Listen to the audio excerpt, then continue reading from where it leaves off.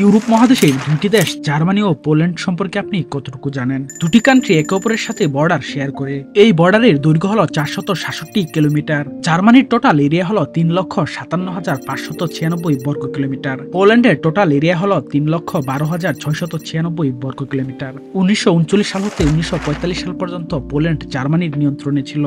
জার্মানির total population হলো 83 million. অপরদিকে পোল্যান্ড দেশটির টোটাল পপুলেশন হলো 38 মিলিয়ন। জার্মানি ও পোল্যান্ডের সীমানা রয়েছে বাল্টিক সাগরের সাথে। বাল্টিক সাগর ব্যবহার করে স্ক্যান্ডিনেভিয়ান দেশগুলোর সাথে যোগাযোগ করা হয়। জার্মানি ও পোল্যান্ডের মাঝে আন্তর্জাতিক নদী ওডের রয়েছে। ওডের নদীর উৎপত্তিস্থল হলো চেক রিপাবলিক। সীমানা ভাগকারী ওডেরনেস লাইন এই নদীর নামানুসারেই। 854 কিলোমিটার এই নদীর দৈর্ঘ্য। জার্মানির মাথাপিছু আয় 56,000 মার্কিন ডলার।